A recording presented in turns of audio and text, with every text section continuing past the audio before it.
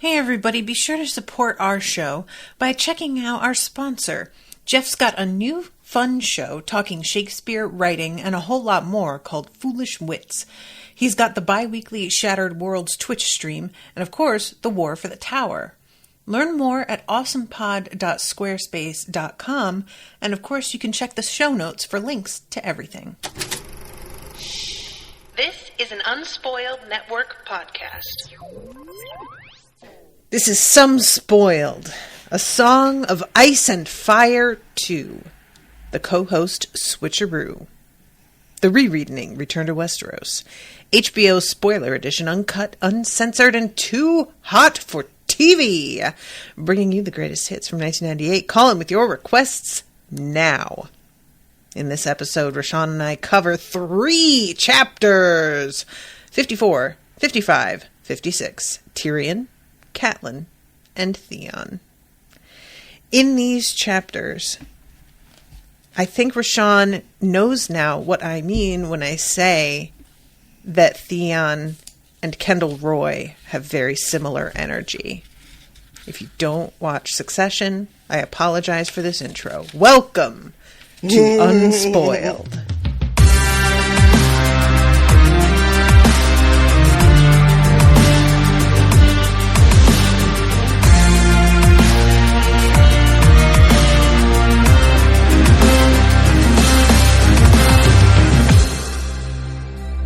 Monsters are dangerous, and just now kings are dying like flies. I am the king!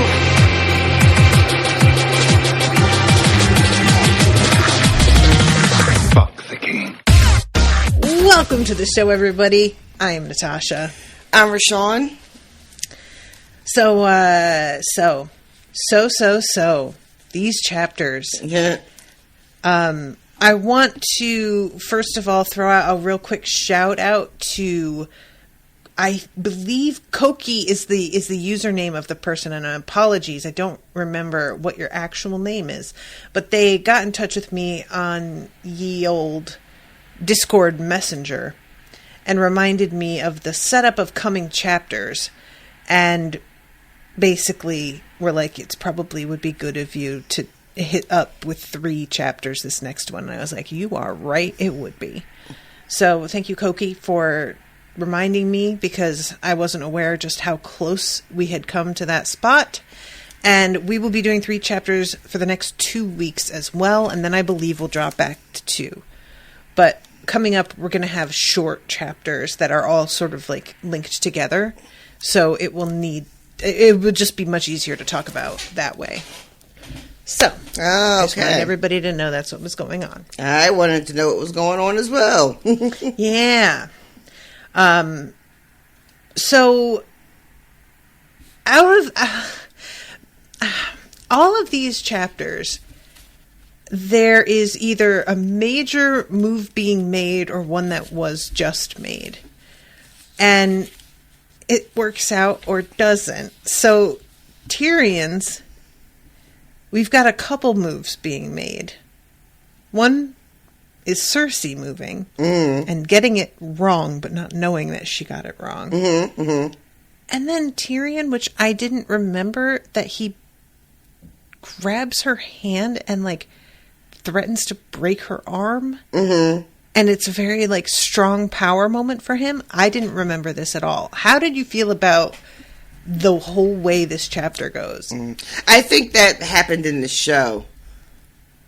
That scene where he grabs her arm and says that I told you the last time you hit me, that would be the last time, because when I read it, it felt really familiar.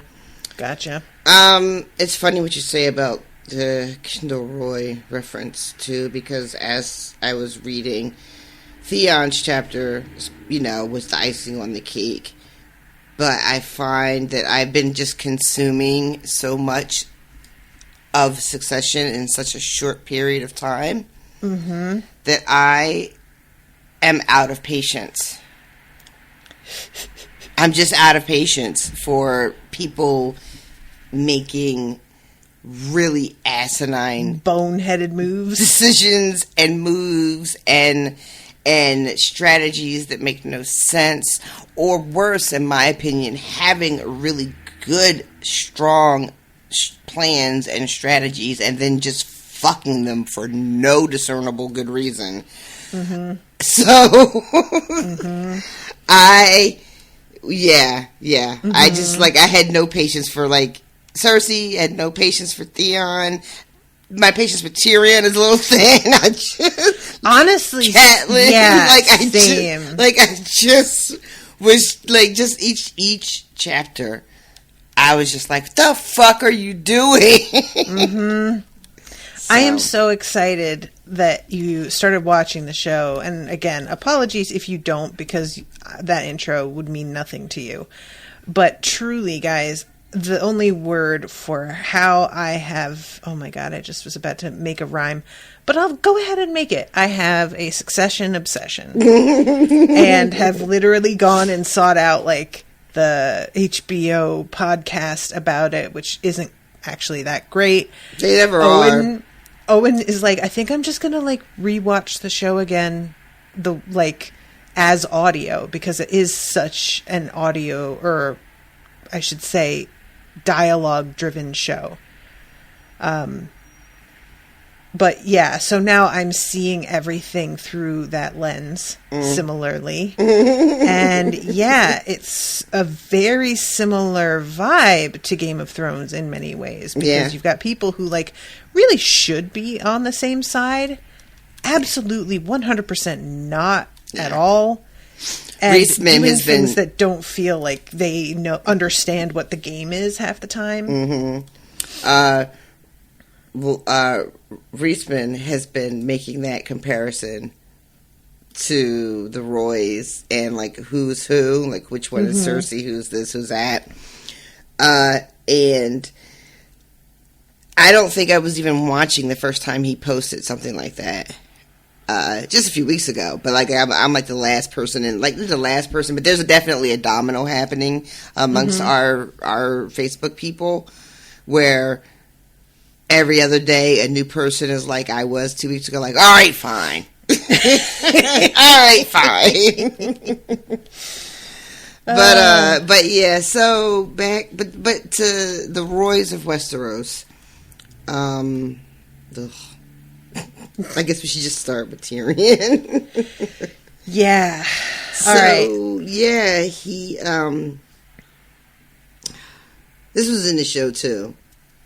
But so, you know, I remembered that it wasn't Shay at first. But still, this whole dinner with Cersei, which sounded really good too, BTW. The food? Yeah, and I'm not a fan, we talked about this in the first book, I'm not a fan of, like, these, like, long descriptions of their delicious meals. But this one, I will say, this sounded alright. Yeah, it's actually it was funny to me because I've been rereading a book by Ruth Reichel. I don't even know if I'm saying her name right, but she used to be a food critic for the New York Times back in the 90s and went on to become the head editor of Gourmet magazine. And then they just, like, abruptly shuttered Gourmet. Do you remember when that happened a couple of years ago? Absolutely not. It was kind of like everybody was like, wait, what? Because it sort of happened out of nowhere. But her books, unsurprisingly, have a lot of, like, language about food in them. And I was like, man, it really feels like I'm reading her book right now. Because he has a similar sort of, like, he's good at the texture sort of imagery, you know? He doesn't just say, like, oh, and there was some chicken and potatoes. He's like, potatoes swimming in butter. And I'm just like, oh, God, stop it. Stop it. Not in front of the kids. This is inappropriate. God, I wish I had that relationship with food. You don't wish that. It's not. No. It's not like. No. There are times where it's wonderful, but most of the time it's just a huge pain in the ass. So, no. It's a combination of like, well, you'll definitely be gaining weight, so look forward to that. 2, you will be disappointed most places you eat. You'll gain a reputation as being difficult about food. And overall, just, when you love things, you love them. True. But it's difficult to love. It's hard to get to that point. It's difficult to love. The Natasha Winter story. Anyway.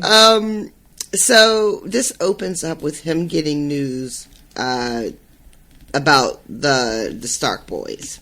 Right. And he is feeling, well, I don't know what the fuck he's feeling, but for a moment it seems as if he is taken by just like, this is just too far, you know? And then he has a little bit of sentimentality where he's remembering them and, thinking to himself, I wonder if the wolves are howling now. But then we're quickly on to the business of the day. And the business of the day is this meeting, this dinner that he has been invited to in Cersei's private quarters. And he makes a point to not wear his little hand of the king pin, which is described as being much more of like a chain thing that he wears as opposed to the lapel pin that was featured in the show. Yeah. Which is kind of... I understand why they did the lapel thing. It's a little easier to like hand it from one person to another, and it's high impact. Exactly. I was gonna say, it's very dramatic where you just take it off and you can just throw it on the desk or throw it in someone's face or whatever the fuck else they had people doing with that thing. But somebody was always taking it off in a huff, it seemed like. But now that you say that, I'm just realizing how many moments in this show are just like a Real Housewives cocktail hour where somebody just throws a fucking fit, pointing angrily at a cat.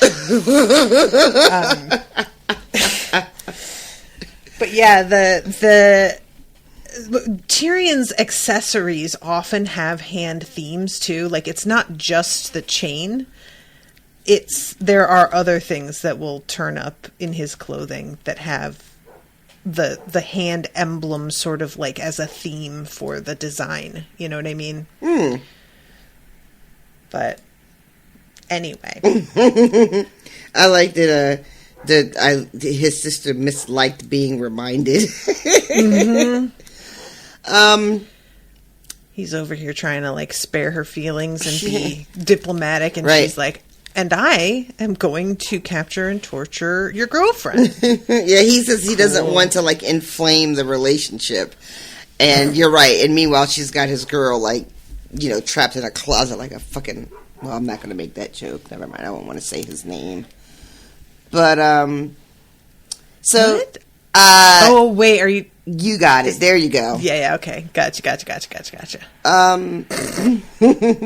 You got it. So, he shows up, and he just basically gives this letter, like throws this letter in her face instead of his fucking handed a kingpin. He just throws this letter at her. And it's just like, so you happy? Yeah! And I was kind of like, what the fuck is that supposed to mean, dude? He's like watching her face, and it says that, he wants to watch her read it so he can sort of, see what her reaction is. And,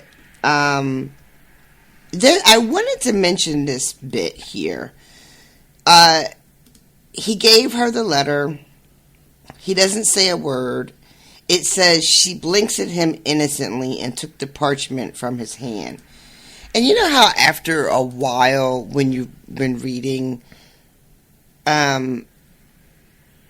especially with a particular character, you start to give meaning to things that may not necessarily be what's intended. I don't know what you mean. As somebody who has frequently read into stuff I'm covering and then come to find out that was utterly meaningless and I wasted my time, I have no idea what you're talking about. I got so hung up on the Cersei blinks at him innocently. You know what? I'm not even mad at you for that, because I had a moment listening to that too, going, what does that fucking mean? Right? Yeah, no. There's no reason to mention innocently, right? Other than to draw attention to it, it feels like to me. So it took me a minute, and finally I just said, maybe he literally just means she looked at him innocently because she didn't know what the fuck this was.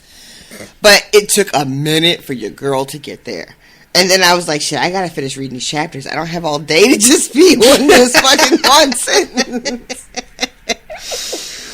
But not to mention that, like, later in the chapter, they may tell you the answer to your question. So just keep reading. Oh my God. But yeah, so then he's basically like, you just said, oh, I bet you're happy. And she tells him, that it was Jaime who did it. And, Jesus Christ, these fucking people. She doesn't understand what all the big hubbub is about. Quite frankly, she's insulted that, every time something happens to one of these little fucking kids, people are going to be looking at her cross-eyed. And I just... Cersei. My thing about that is, in a way, she's right, but, like, in a bigger way, she's wrong. Honestly, that could go on her fucking tombstone. That is exactly it. Yeah. Yep. You got it. So, yeah, that's where we all are with Cersei. And they have this, like, 12-course dinner without really enjoying each other's company at all. Oh, I haven't had to go through this too much in life. I know that this isn't uncommon, having to share an entire meal with people that you can't stand or have a ton of tension with. But I haven't gone through it often, and it sounds so awful. It's not like, how can you even eat? Like, when I get this way, my stomach gets all tense, and I have no appetite, and just I'm like, never mind. And it's been a while. It's not as long as I would have wished, but it's been a while since I've been in a situation where I'm, like, forced to, like, eat with people or someone I, just don't fuck with. Mm-hmm. But that has always been in, like, a group setting. Yeah. But, like, a one-on-one, I can't even imagine sitting through something like that. And I don't think I have the constitution for it at this stage in my life. I just don't think it could be done. But so they're talking about, like, what's happened to the Stark kids, and Tyrion has got some concerns about how this could come back on them. And he mentions to Cersei, like, they still have Jaime. Yeah. And like, maybe this news won't go over well. Honestly, that didn't occur to me as, like, because he hasn't got anything to do with this in act. Like, Theon is the one who did it. But then once Tyrion outlines, like, well, y'all tried to kill the kid already once, I was like, right. Oh, yeah, right. I guess. It's just that, like, I didn't remember how much Catelyn had pieced together about what really happened, which we get to see later. Yeah. Exactly how much information she's getting on that, but yeah. Yeah. I think for me, it would help me kind of understand how this could go that way is the way that Tyrion says to Cersei when she's like, I didn't do it. This wasn't us. This was Greyjoy. He says, let's hope that she believes that. And it reminded me that it's not always actual facts that are behind the motivations of our characters, Like, Catelyn has done a bunch of shit based completely on lies that she realizes later that she was told. Yeah. So, the truth of the matter doesn't always matter. Sure. Yeah. So then oh my God. There's this thing that she brings up about Varys. and she talks about how she thought he was her true friend when she first got to King's Landing. And I thought that was really interesting, and I don't know if that's something I knew. Definitely not anything I remembered from the show. Yeah, no, I don't think that's something I even remembered. And there's something really tragic about that for me. Yeah. It made me a little sad. Or sympathetic is probably better. I wasn't sad, but it's sympathetic, you know. Mm-hmm. This idea of Cersei when she first gets to King's Landing. I feel like the picture I have in my head is primarily based on shit that Cersei has told us. Mm. So there's a big part of me that like wants to like sort of take it with a grain of salt. And that's probably smarter than the way I'm handling it, yeah.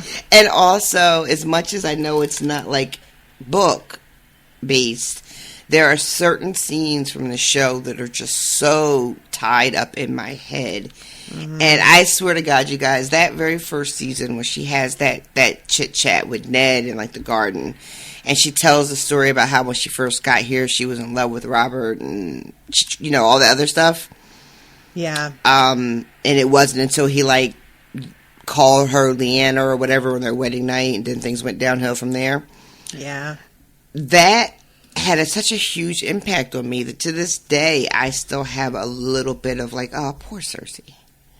Like, she was young, she thought she was marrying this handsome new king, and you know, and then he just treated her so poorly, and granted, he did treat her poorly. Oh yeah, 100%. But I don't think she came into King's Landing as doe-eyed and willing to, you know, be the best wife she could be, and you know, forsake all others and all that other jazz that she likes to tell us. She was like, you know, yeah. I am kind of curious about too, because like her and Jaime had been fucking. So when she married Robert, was she going into that like intending to be faithful to him and not sleep with Jaime anymore, or was she? Or well, you know what? I'm saying she's been fucking Jaime, but I don't know that they were fucking, because I think that she had to, you know, be able to be a maiden on her wedding night, or else there would have been fucking trouble. So maybe they were just, you know.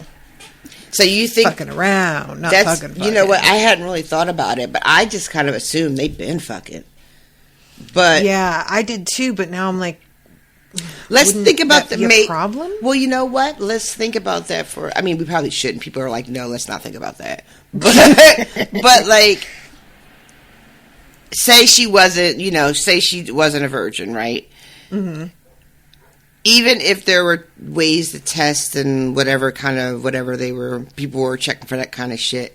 She comes from a family with enough power, enough gold, to probably just get anybody to say anything. If she so desired, if that's what she wanted. I'm thinking more about like the fact that there's the blood. You know, like that's not something that's as easy to fake. Yeah, but not everybody bleeds. They don't, but that doesn't matter in societies like this. You know what I mean? Like, I don't know, like, I just don't know how much you could just say, ouch, that was my first time, and that's taken as truth, and how much there was like an expectation of there being actual proof. Because you're right, there's not always blood. Truly, like in life, that's not how it goes. I will say, always talked about. I'll say this much: Robert was drunk as fuck, and if she needed to, like, just have somebody else bloody those sheets. But did she go into it knowing that's how it would be? I don't know. I mean, I don't know. Like this, they haven't told us enough for me to really base it on anything. But my gut feeling, I feel like they've been fucking. I do too. I'm gonna just go with that because I don't know. That seems right to me. You know, it feels to me their relationship is so. I mean, it's their whole lives. I guess there's a a place for maybe saying they waited until she was married, but that feels to me like they were fucking before she got married. I don't know. I don't know, guys. We should do a poll. Yeah, I'm curious what people think on that. But how do we get to them fucking? Oh, we're thinking about young Cersei. What she was like when she first came to King's Landing. Yeah. Because she's talking about how betrayed she felt by Varys as a young innocent in the viper's nest, as she clearly was. Bless her. And they talk about, oh my god, she is also, which talks about Varys, she talks about Littlefinger, who has been missing for like the entirety of this book, it feels like. Yeah, what's his deal, do you think? I mean, he's been gone for so long. I don't know. I just honestly, I don't know. And I can't even like cheat and try to think about what was going on with him and on the show, because I don't remember what the fuck he was doing in this part of the show. But the last we saw him, he was off to try to like treat with Renly. And then like Renly, is murdered. I think in the book, Littlefinger doesn't even get there in time. I think is Renly killed before he gets there, or is he there? I can't remember. I feel like Littlefinger is there when it happens, but honestly, I don't remember. That spot got messy for me. Yeah. All I can remember is I remember when we recorded on that scene. I remembered that whatever is in the book is the opposite of what this show did. Yeah. Either he's there in the books and he's not in the show, or he's there in the show and he's not in the books. With him, it is just the show just wanted there to be a connecting thread of some kind, and they decided to make him it. And while I get the thinking behind that, I still get so angry when I remember. It's just, you know what? Don't get me started. So they talk about like they don't trust Littlefinger, and no one has heard from him. And they talk about Varys, and she tells Tyrion that she's heard that Tyrion is planning on taking the Hound away from Joffrey. Yeah. And she takes this news poorly. Mm-hmm. She later accuses Tyrion of basically trying to set Joffrey up to be killed by removing his most trusted guard and having him pretend to be part of this battle, which is basically just dressing him up and then flanking him with guards so that no one can get near him, and she's just not having any of that. This drives me so crazy because... So she's like, you want to kill him so that then you can rule through Tommen.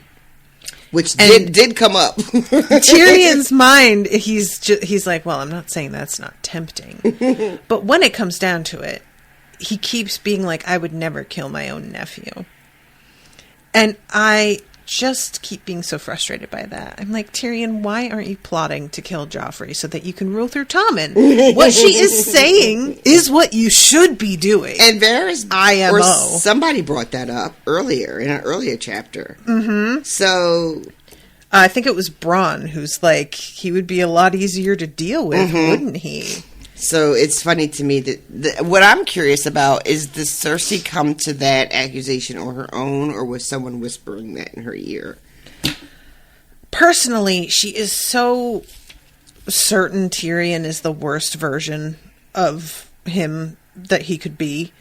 I am guessing she just came up with that on her own because she just doesn't trust him in general and has a sort of paranoia about him. I mean, it's pretty smart and astute of her to guess that, which is why I was wondering if she came to that on her own. Because I'm often not sure just how smart she is. Mm-hmm. I feel like I feel like I'm waffling all the time on whether I think she knows what the fuck she's doing, or is she completely outclassed.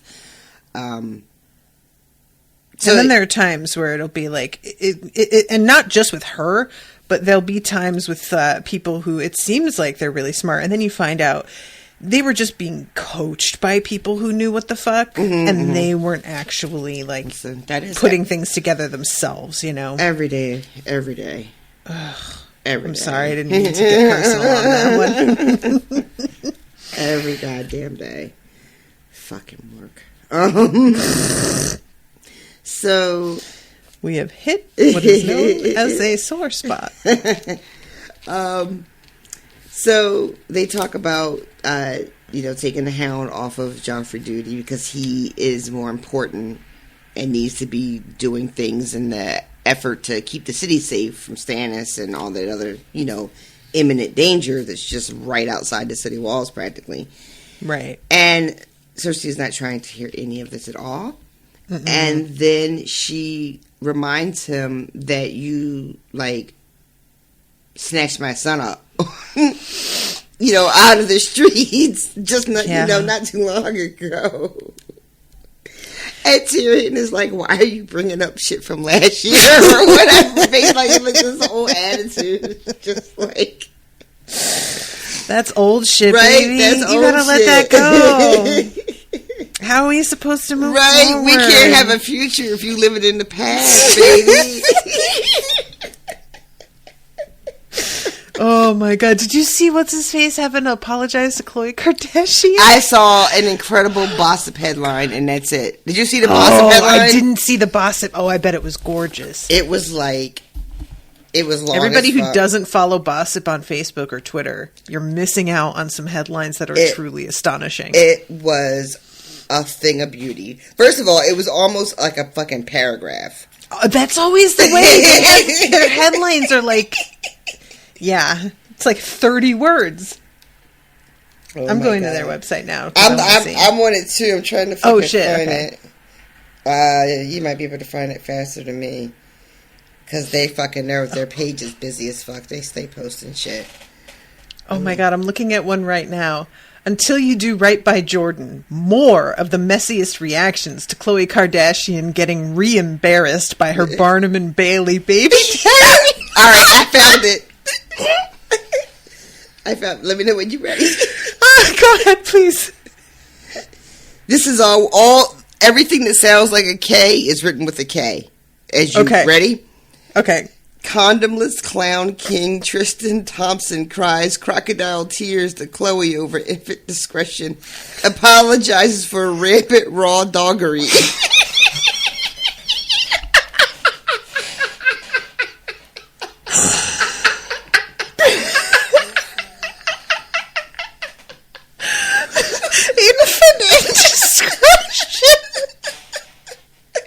Rampant raw doggery. My god. Oh my god. Condomless clown cries crocodile tears. Guys, if you don't know what's going on, Khloe Kardashian got cheated on, and dude tried to act like it didn't happen, and the woman got a paternity test, and the kid is definitely his, and it was all just very messy. And I don't actually care about this, but I just kept seeing the embarrassing posts about it various places, and there's a certain amount of how do you say it? Do you say Schadenfreude? Schadenfreude? Freud? Yeah, that one.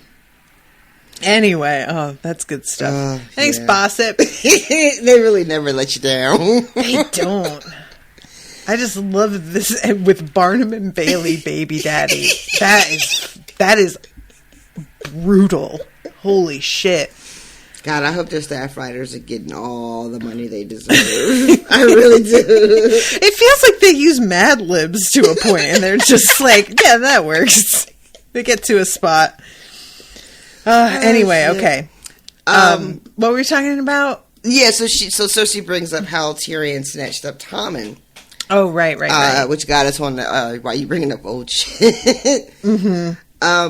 And Tyrion is just okay, that was different. He's safer, where he is now than he ever would have been with the guy that you were sending him off with. And she lets him say that. She doesn't really say anything back. And then I think dessert comes and he says something about how he loves tarts or something. Yeah. And that sort of like... gives the perfect opening. Exactly. Takes this conversation up a notch. Because we find out after she basically tells him she's not wrong. That, you know, you're dangerous. She says about Varys that he's dangerous because he doesn't have a cock. Yeah. And like, dudes are mad predictable, and it's really easy to control a lot of them. And that isn't a tool that we can use against him, and it's hard to know what his weaknesses are, so that's not awesome for us. But you, on the other hand... Right. And he thinks to himself, you know what? Look at the time. Look how late it is. It is so late. Oh, my God. I got early meetings. I love this. He hears like movement outside, and all of a sudden he's like, "Oh shit! I got nobody here with me. This wasn't a good idea at all." He showed up alone, and I think it's really telling. It's very telling that he goes to see her alone, because he doesn't expect, for no matter how much she hates him, how much she might want to see him suffer, and how much she hates him having any power, he doesn't think, or doesn't seem to think, that he's in any actual physical danger. So he can just, go on up to her spot alone at night, with no backup, and expect to be able to walk out, unharmed. Yeah. And there's just this moment of him like sort of regretting his choices. And yeah, that's when we find out that she has got who she thinks is Shay tied up. Yeah. And there's like the way this is written, for those who don't remember, it's not revealed that it isn't Shay for like several paragraphs, but it is described like that her eyes were wide in her dark face. And so if you're like paying attention to her description, it's not Shay. And then later on, this is actually sort of similar to what's going on with Theon and the Miller's kids also. It's just kind of like kept, you get a hint, but you don't know exactly how completely off it is. And I really, like, if this had been Shay, what do you think he would have done? Because he keeps it cool. He realizes that Cersei's like, she doesn't have the person she thinks she does, but he also isn't going to let her know that, because then she'll just keep looking and she thinks she's nailed it. Well, but I feel like he wouldn't have been able to keep his cool, and that might have been an undoing moment for him. There's a bit too, because before the Cersei announces having her, and there's a couple of paragraphs before he sees her. So there's a bit where Tyrion really believes that she might have Shay. And he says to himself that he's making a point not to say her name because he doesn't want to give away that Shay means anything to him. Right? So he keeps this cool before he knows that it's not her. Right. But then, I mean, if she was in front of him, injured, I know. If they had opened the door and it had really been her, I want to believe he would be able to keep it together. Because we've seen him in some pretty sticky situations already, and he manages to keep his head about him. There's a small part of me that thinks he would have just completely lost his shit if it had actually been Shay and she had been hurt. But I actually, the bigger part of me thinks he wouldn't have. And this is going to sound kind of fucked up, but the part of me that thinks that he would have been able to keep like a game face on is thinking he would be able to do that because ultimately he's a big picture guy at the expense of other people. And I wonder if that would have translated to Shay as well, you know? Like, would he have thrown his whole game away for her if that had really been her behind the door? Or would he have, like, broken inside but still kept his face on because the bigger picture is he needs to accomplish, you know, X, Y, and Z? Right. And also, there's a part of me that really, like, I feel like the show went out of its way to really humanize Tyrion in a lot of ways. But book Tyrion, to me, I don't know how to say this, feels a little bit more, not quite as sentimental. Pragmatic? Yeah, that too. But also, like, pragmatic, but also with, like, a hint of self-preservation is of the highest order. Gotcha. Yeah, I don't know. I similarly would like to believe that he'd have been able to keep it together, but I feel like he was so blindsided. And if he had seen her bleeding and having been beaten and everything, and he brought her here allegedly to make her safer than she would have been, I don't know. I feel like this move doesn't work out for Cersei, but it's just because she has the wrong person. I feel like if she had Shay, this might have gone exactly the fucking way she wanted it to. And, you know what I mean? So, like, tactically, she was on the right track. It's just that, you know, she made a numbers error. Yeah. But I don't know. I'm interested in folks listening. What do you think he would have done? And what does it look like to completely lose your shit? Like, what would the consequences even be of him doing that? Because he can rant and rave, but that doesn't necessarily mean that he's able to do anything about it. He gets physically into a position where he can threaten Cersei because he has kept his cool so completely that he has the presence of mind to grab her hand. But I don't know that he would have had that presence of mind were he not feeling relieved. Yeah, also, like, when he's able to flip this into not really a power move for him, but he's able to neutralize the power that Cersei has, because he just basically ends up... Because her whole thing is, anything happens to Joffrey happens to your whore. And he's like, well, how about this? Anything that happens to her happens to him. You know, and it ends up being this weird sort of stalemate. I can't get over, he says, including the rapes. Yeah. And she's like, you can't mean that. And he says, I'll do it myself. And I was like, holy shit, that is a really fucked up thing to say. I mean, a page ago, and it's funny too, because he's saying internally, you know, the inner monologue is, Cersei already believes me to be, like, the worst human on the earth. So I might as well use that to my advantage. And, you know, so, like, we know that he's completely full of shit with this threat.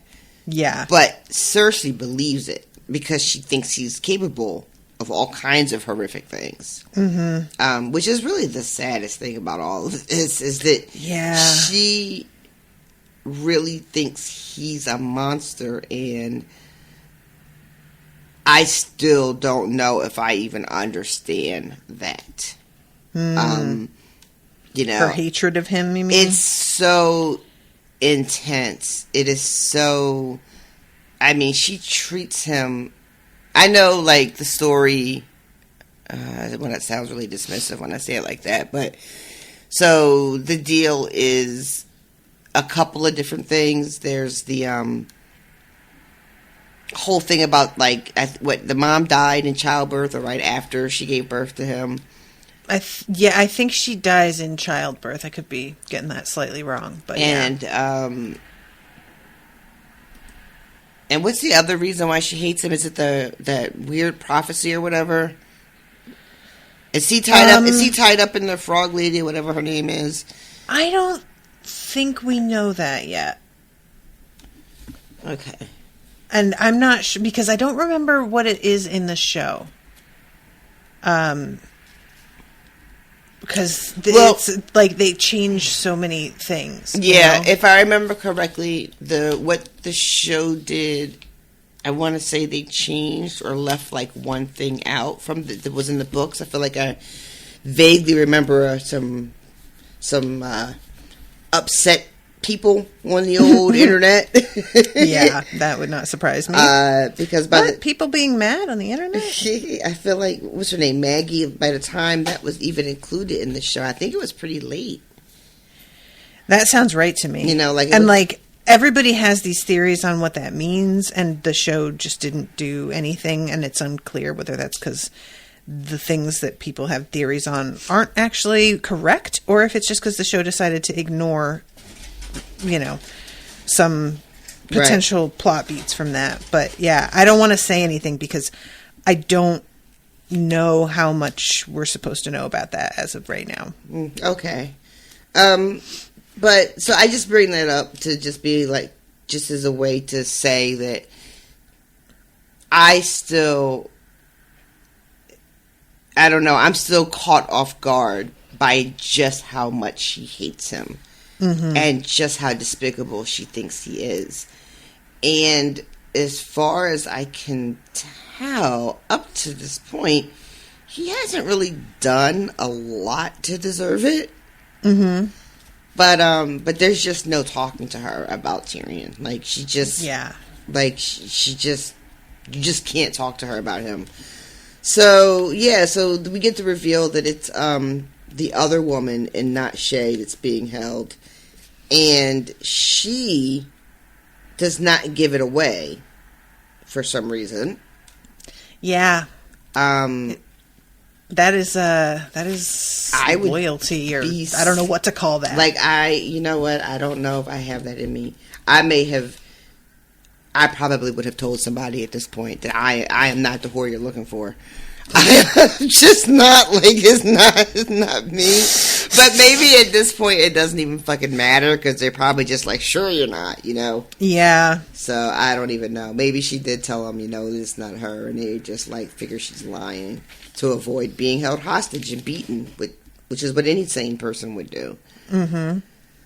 So, yeah, she goes to hit him. He grabs her wrists, gets her to the floor. I didn't remember this at all. Yeah, and like you said, it's not really a power move. I called it that, and it's not really because he's still at a disadvantage. But he gets his own back more thoroughly and more quickly than I remembered. Mm-hmm, mm-hmm.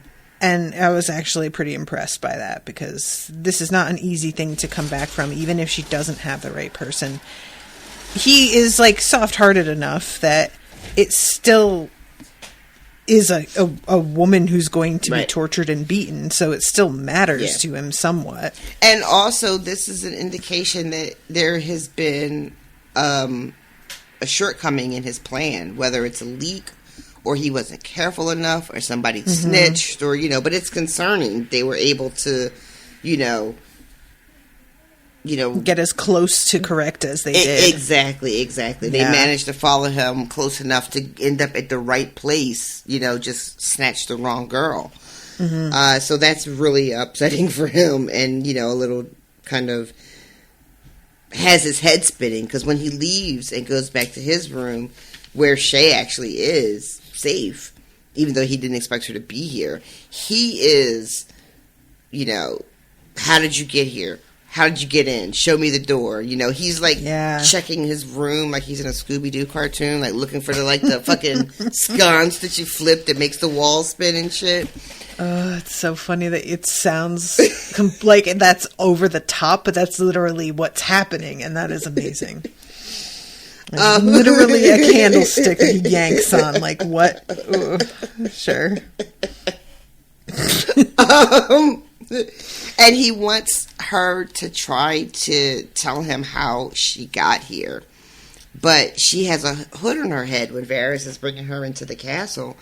So she can't really say. She's trying to, like, tell him, you know, we came through this tunnel, and then there were dragons, and then there was a gate, and the floor had mosaic tile, and he's, like, again, going around the room, checking everything, and she's like, are we gonna fuck? And then they can't, like, he can't get it up, and it just ends with, like, you know, them just kind of laying in bed together, and he is thinking to himself that Cersei's right. He does fucking think with his dick, and he kind of deserves, like, whatever trouble he gets. There was something about that I really appreciated, you know? Like, I don't agree with him, but there is an element of that, for sure, to his personality that he does need to deal with. And he has a moment here, too, where he's looking at Shay and thinks, like, all the innocence in the world was in her eyes, and then he's like, holy shit. Yeah. Innocence? What am I talking about? Like, no, that's not who she is, and I know that. We have a business arrangement. She is a canny businesswoman. And yet I'm acting like she's a fucking kid who doesn't know any better. Yeah. The lies that they tell themselves, even when they know they're lying to themselves, the lie is so good. It's so good, though. You know? Tempting. It's so good to fuck, too. That goddamn sexy lie. Sexy lie. That's a good stripper name. I like that. Yeah. So that's how his chapter ends, and then we go to Catelyn. This was I don't know. Go ahead. It was terrible and sad and frustrating, and I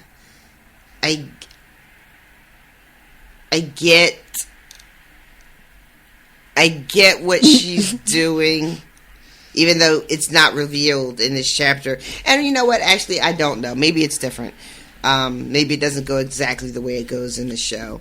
But because this chapter ends with her just asking Brienne for to bring her sword over, and then it just like it's kind of like a dead stop.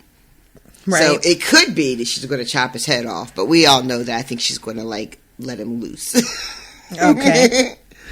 But getting to that, this was just a bummer. Yep. She is in the Great Hall of River Run. Everybody around her is celebrating something.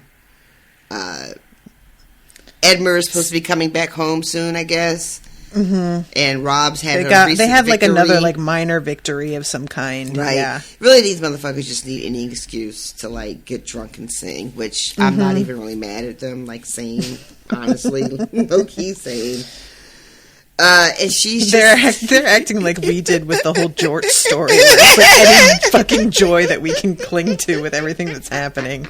It's true. Inject Jorts into my veins. That is fucking so true. Jesus Christ. What a sad state of affairs. And she is in this hall, and it's like empty and dark, and everybody is outside singing and drinking, and it's just her and Brienne, and she feels like at one point she's like, look, if you want to go out there with those people, I will understand. Yeah, I didn't realize reading this again that at this point Brienne doesn't even know. I didn't realize that she had kept it to herself. Because I was kind of like surprised at first that Brienne was just like, well, I don't really want to go out there, and I was expecting there to be a little bit more concern there, and then very quickly realized like, oh, she doesn't even know. That's why she's acting like that. Yeah. I like when it just says that she's thinking to herself, Catelyn, is that like they don't know. I can't blame them. And then she says to herself, and if they did know, why would they care? And that was actually much more heartbreaking because Yeah. you know what? That's the thing though. Like your individual pain and loss doesn't always mean anything to other people. And she's saying it much more like they didn't know my sons. They didn't watch Bran climb. They didn't love them. And of course they didn't like have that relationship with them. How could they? But that first line is like, if they did know, why would they care? Really like stuck out to me because it is such a painful thing to admit. Yeah. You know? So yeah. They might care on like Rob's behalf. Absolutely. They would care on for the insult and the not to minimize it, but like the insult to the house, you know. Right. You can't make a move like that. It's an act of war. They would care on like a bigger scale, you know. Right. But not for the actual loss of these two babies. So she breaks down and tells Brienne that they're gone, and it's the first time she said the words out loud. And there's a bit where she says something like, and now I've said it, now it's true. And again, that is some real shit. Yeah. That is a very real thing in my experience. It's sort of like not wanting to say something out loud because once you do, then it's real. Yeah. I think we all have kind of had experience with that. So, I appreciated that even though it was heartbreaking. This is the thing about Catelyn's chapters is like the way she's written it feels correct, but it's not fun to read. Everything about what she's going through is so relentless, and you want that to be given the gravity it deserves, and she would absolutely just be like sliding into despair at this point, you know? But reading it is tough. Yeah. I mean, and this she's thinking about the sons she had, the daughters she had, and you know, there's so much going on in this world. So many big players. You know, you got your various kings vying for the throne. You got Daenerys and her dragons, like on the other side of the sea. And then you have Catelyn, who is almost, at this point, like a ghost herself, even though she's not dead yet. You know? She's just like this ghost of Winterfell that's like trailing around our story, trying to like catch up to all the stuff that's happening, but she's always like she's always a step behind and can't really like get anywhere in time to keep any of the bad things from happening.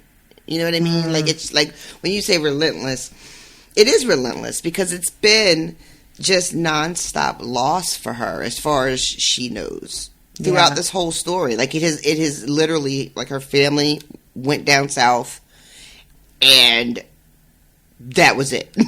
She never gets to see them again. Yep. And you know, she's like out here and she's traveling, you know, but she's still somehow kind of like outside. Yeah. Of like what everything else is going on. And that could be because her motivations are so wildly different from pretty much every other character that I've met so far. You know, she's not vying for the throne. She's not really looking for power.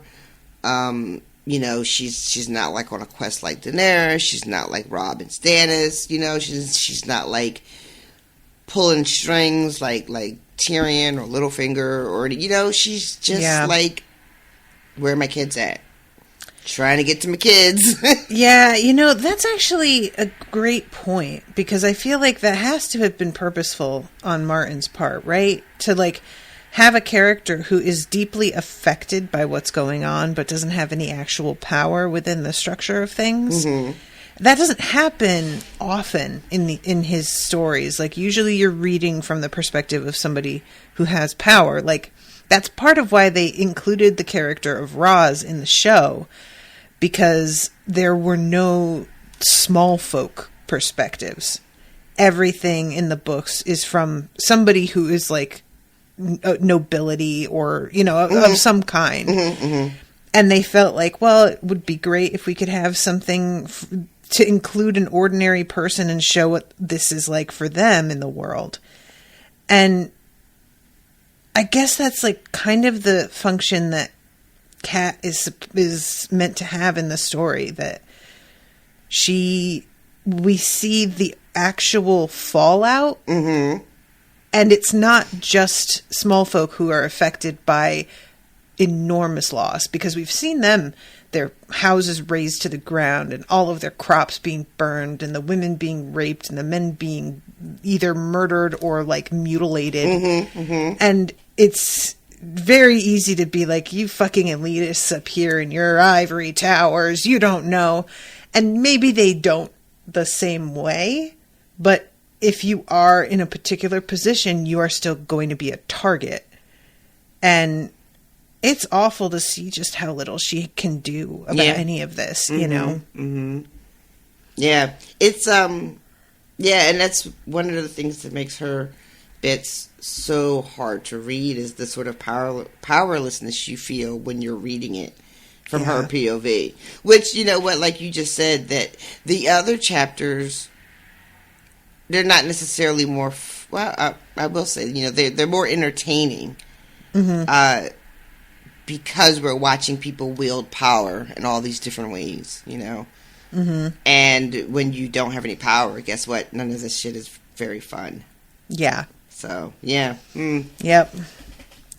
Yeah, I guess that's a pretty smart move of his, especially considering, like, this is the lot of women in this society in general, most of the time, is they have to sit by and watch their families and husbands die, or at least risk their lives, and they don't get any say in any of it.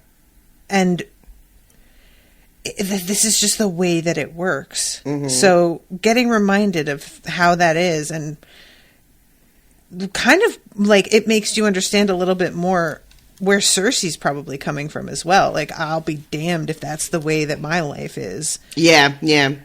I feel like she has, and I could be like, again, show carryover, but I feel like Cersei would have nothing but like contempt for Catelyn.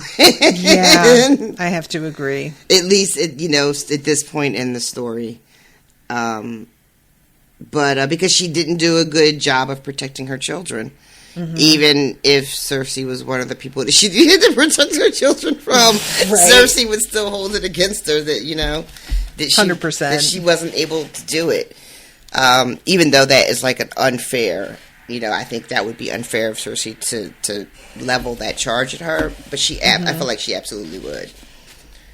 Yeah, I agree. So she tells Brienne that she wants her to come and get her at midnight.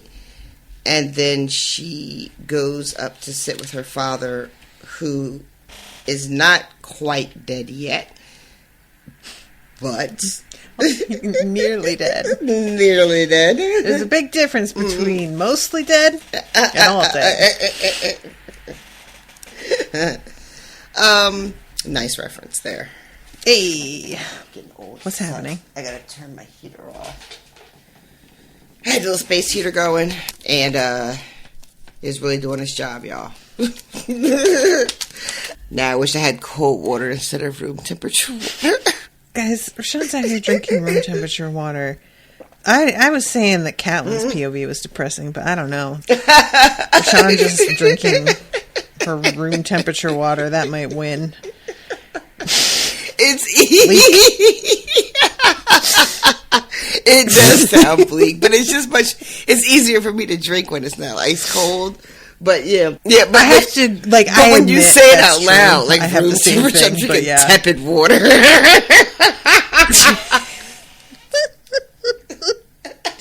I like my water lukewarm. Oh no.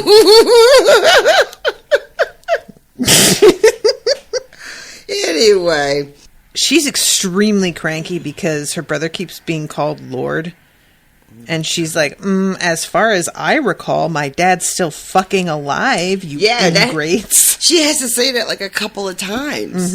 Like, remind people, he's not dead yet. Yeah. How dare. I think Brienne comes, well, she sits and talks with her. She doesn't talk with her father because he's, out. He's out.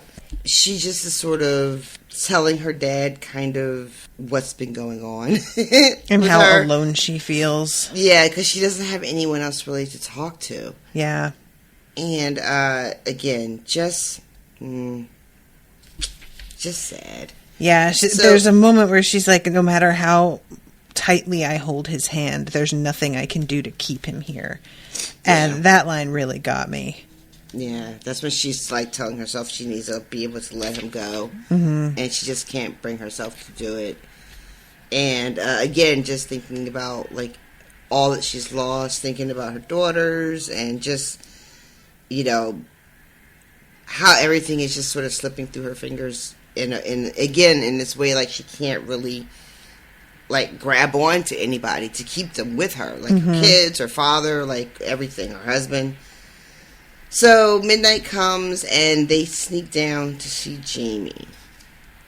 And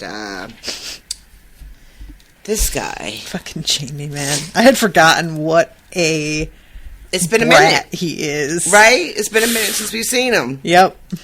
And he is really at his petulant, I don't know, peak petulance.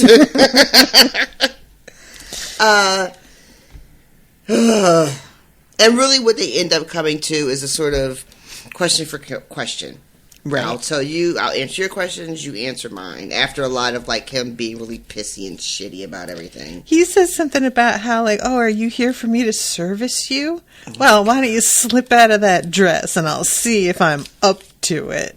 My God. I completely forgot that bit, and that is just so great. I love it so much. He's standing there and his rotted clothes, his clothes are rotting off of his body.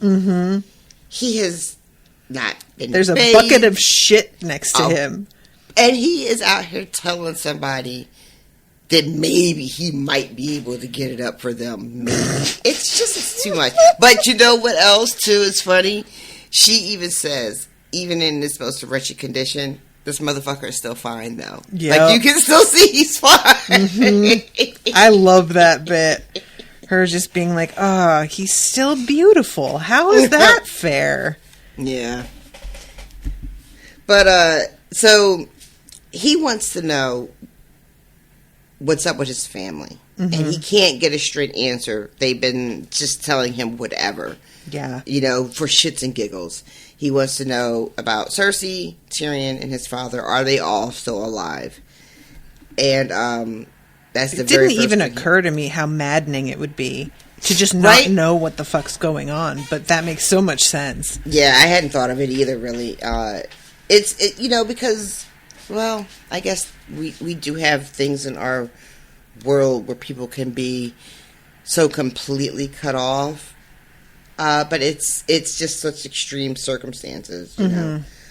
In this world, granted, he's in jail and everything, but because of his earlier attempt to escape, he's been put in like less, I don't know, refined holding area. She said something like, we put him in a cell in the tower according to his station, but you fucked that up, so now you're down here. Yep.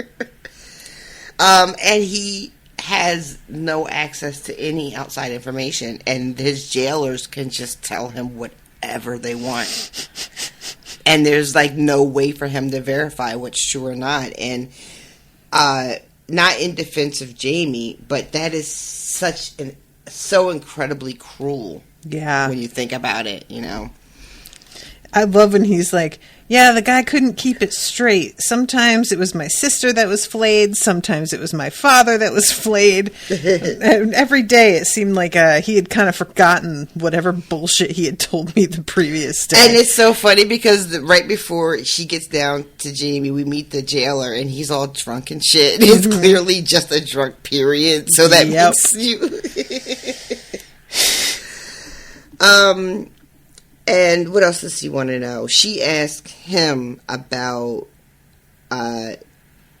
pushing Bran out the window. To which he's just like, mm-hmm. Yeah, I did that shit.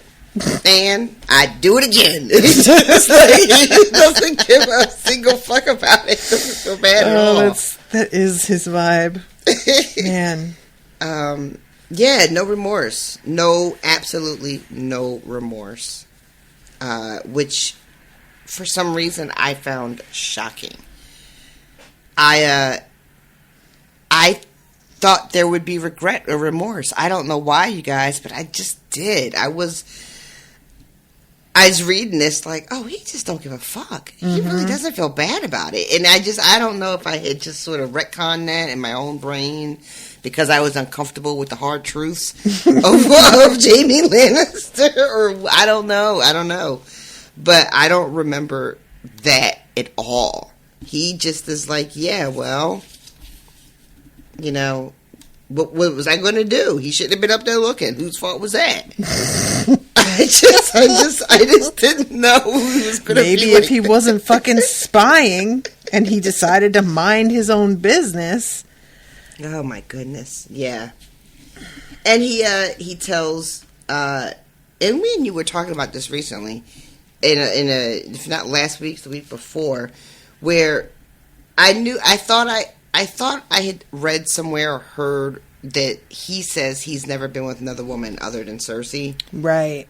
But I guess maybe that was, from the show. But he tells her here that he has basically kept his fidelity to his sister. Yeah. Like,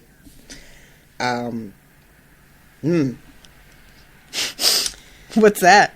I don't know. This love that he has for his sister is somehow different than what she has for him. I don't know. I don't want to say his is greater, or more true or anything like that. But it's the expression of it is a little bit different. Yeah. Because I feel like Cersei, even though she couldn't come right out, she tells Tyrion that she would have preferred Jaime not toss this kid out the window. Right. She would have found a different way to handle it. But in Jaime's mind, anything that's a threat to him and her, anything that's a threat to Cersei is a threat to be dealt with seriously. Like, you're not fucking around with that shit. Right. His devotion to her is just so absolute. Mm-hmm. It's really something. Yeah. Yeah, I had forgotten that there's a moment in that, scene with Tyrion where he thinks, what would Jaime have done? And he's just like, what would Jaime have done? He would have, pulled his fucking sword out. Yeah, why am I even asking myself that? I can't do what Jaime does, so let's set that aside right now. So it makes sense knowing that that's just how he deals with everything, is, violence, pretty much. That, shove the kid out the window. What? I don't get the big deal. That's, what else was I supposed to do? Jesus Christ, you guys can be so fucking precious about shit. Basically. She asked him if he is Joffrey's father. And he's like, yep. And I guess the rest of them are mine too. Yeah. He's just out here just saying how things are. I mean, it's so honestly, it's quite refreshing. I agree. While everything he does feels very immature, there's also an element of relief. Look, there's somebody who's just fucking talking. Great. I don't have to go through 6 layers of meaning here and potential, what's the word I want? Motive. Ulterior motive. And even though Catelyn does a couple times start to be like, well, is he telling the truth? And I'm like, Catelyn, literally at this point, what makes you think that he would lie about anything?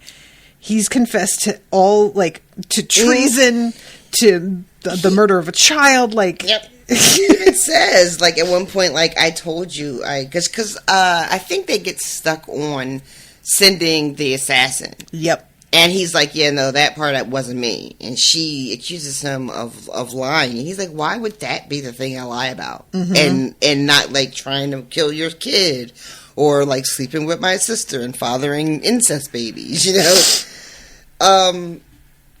And so, yeah, the thing about so she describes the dagger, and he basically tells her almost the same exact story as Tyrion told her when they were going to the Vale.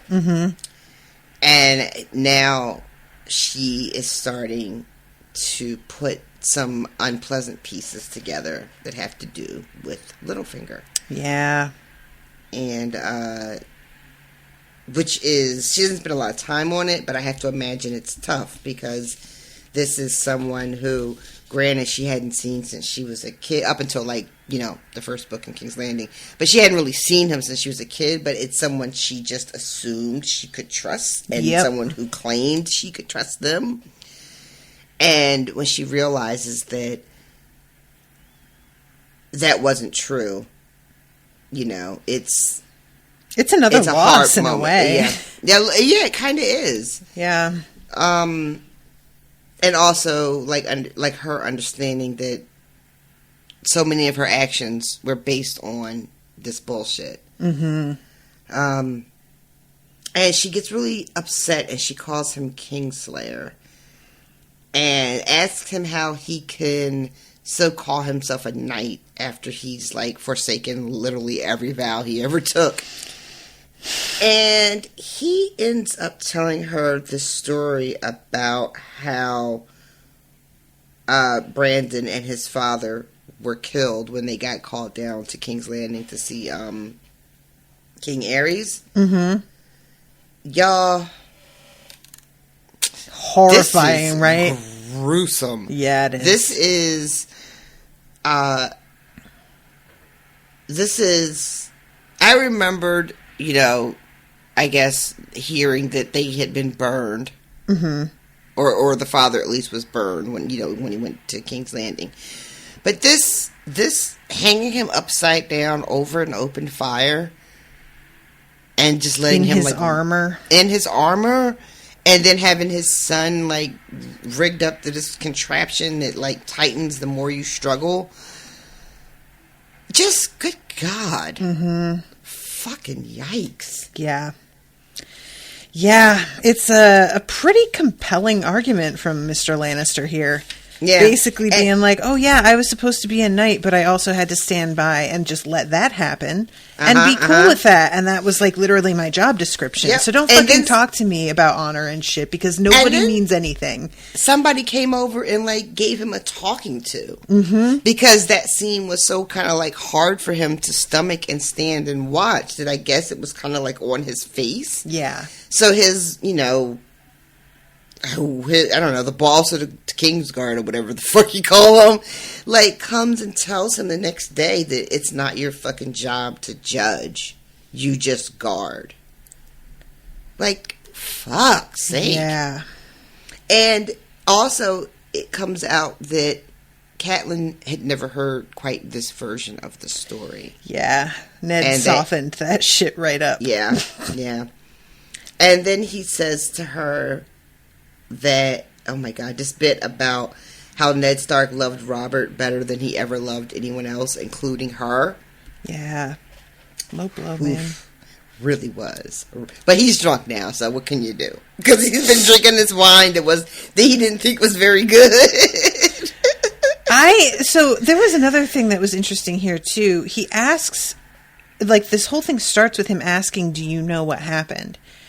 And she starts talking about how, you know, Brandon Stark went down to meet, and she gets, like, choked up just talking about that, and is surprised at the fact that, like, all these years later, it still really affects her to talk about this. And I had actually forgotten this, because I guess every time that we talk about women getting married in these stories, it's not really about affection. That's not an element that we care about, it's about alliances, and that's fine. But this sounds like she really had feelings for Brandon Stark.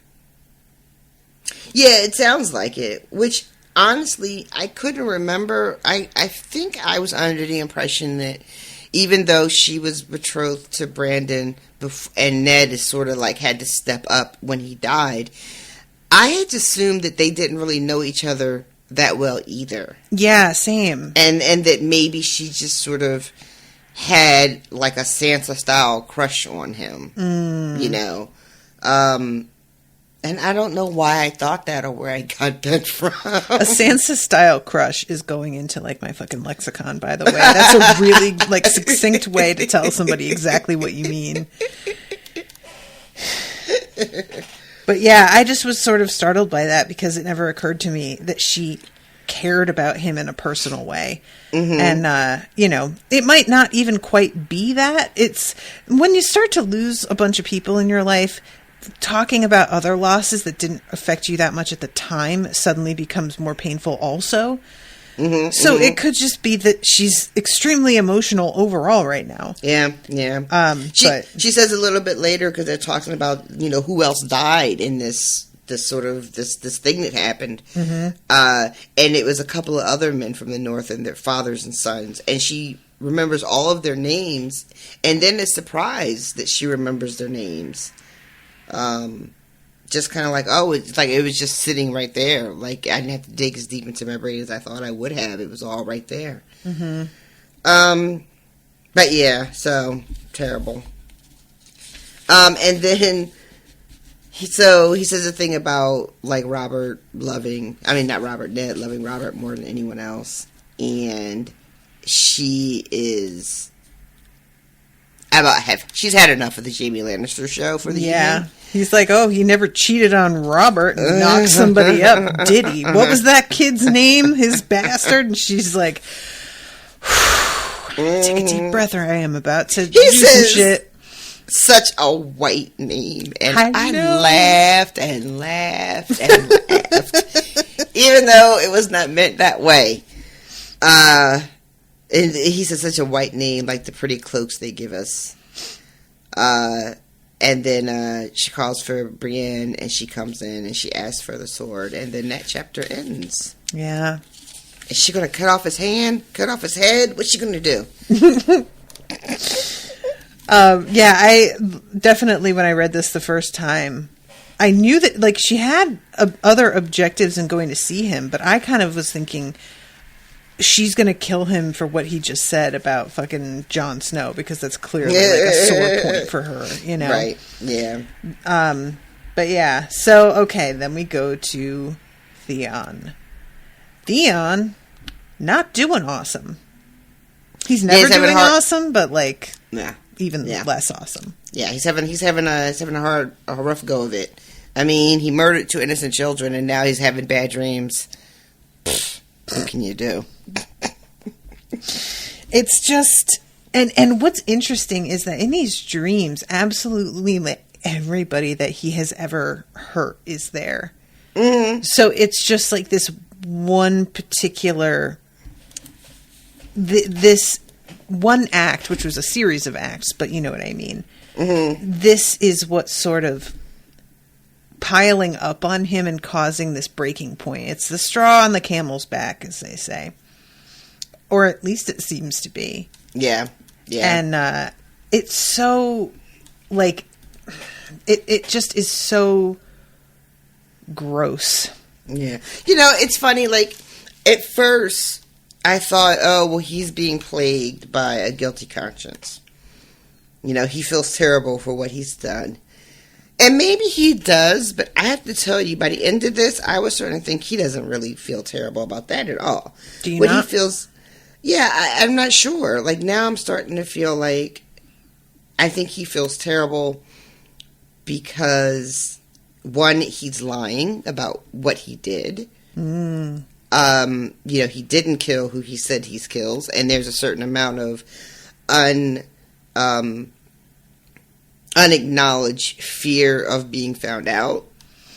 These two kids, because these two kids are not in fact dead. So if they just show up at some point, so embarrassing, somewhere, super embarrassing. And I mean, and then his concern about holding Winterfell, waiting for his sister to show up with all these men that are supposed to help him, but they haven't gotten here yet when the chapter opens. I think there is some guilt about killing like the two kids, but I feel like it is not the kind of, there's no such thing as like redemptive guilt. But you know what I mean when I say that? like feeling like remorse because you truly believe you did something wrong and you wish remorse you had and done guilt it. Are not the same thing. Yeah, exactly. So there's some kind of guilt, but doesn't seem to be a lot of remorse, I guess is where I'm going with this. Absolutely not. Like, the thing that he keeps saying is, I had no choice. Mm-hmm. And it's just horse shit. He thinks he had no choice because he has no imagination and no idea how to lead people. So he keeps behaving as if he's been backed into a corner because he literally can't think of a way to handle anything other than to kill people. And it's pitiful.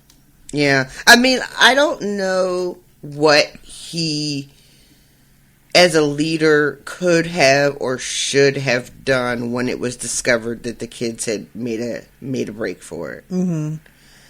But I feel like this was not the thing. Yeah. You know what I mean? Like, it's one of those moments where somebody could be like, all right, well, what do you think he should have did?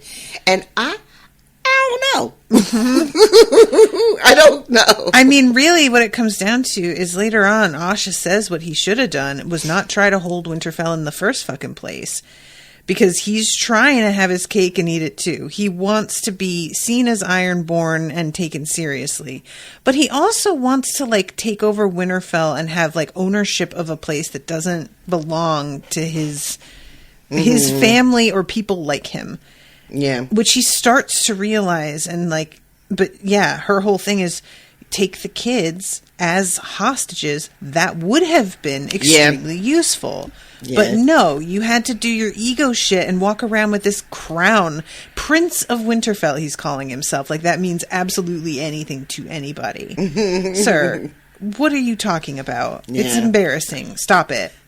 I think that's exactly it. It's not what he should have did after the kids ran. It's he should have never just stayed there. Mm-hmm. Yeah. But I mean, once you make one bad decision, doesn't that sort of box you in for like a series of bad decisions? It shouldn't. It shouldn't. But if you have no imagination. Yeah, he's on this road that he can't seem to get himself off of. Mm-hmm. He also, like you to your point earlier about this sort of way he pretends like everything he's done has been because he's been boxed in, when he is boxing himself in with these one after the other bad choices and bad calls, you know.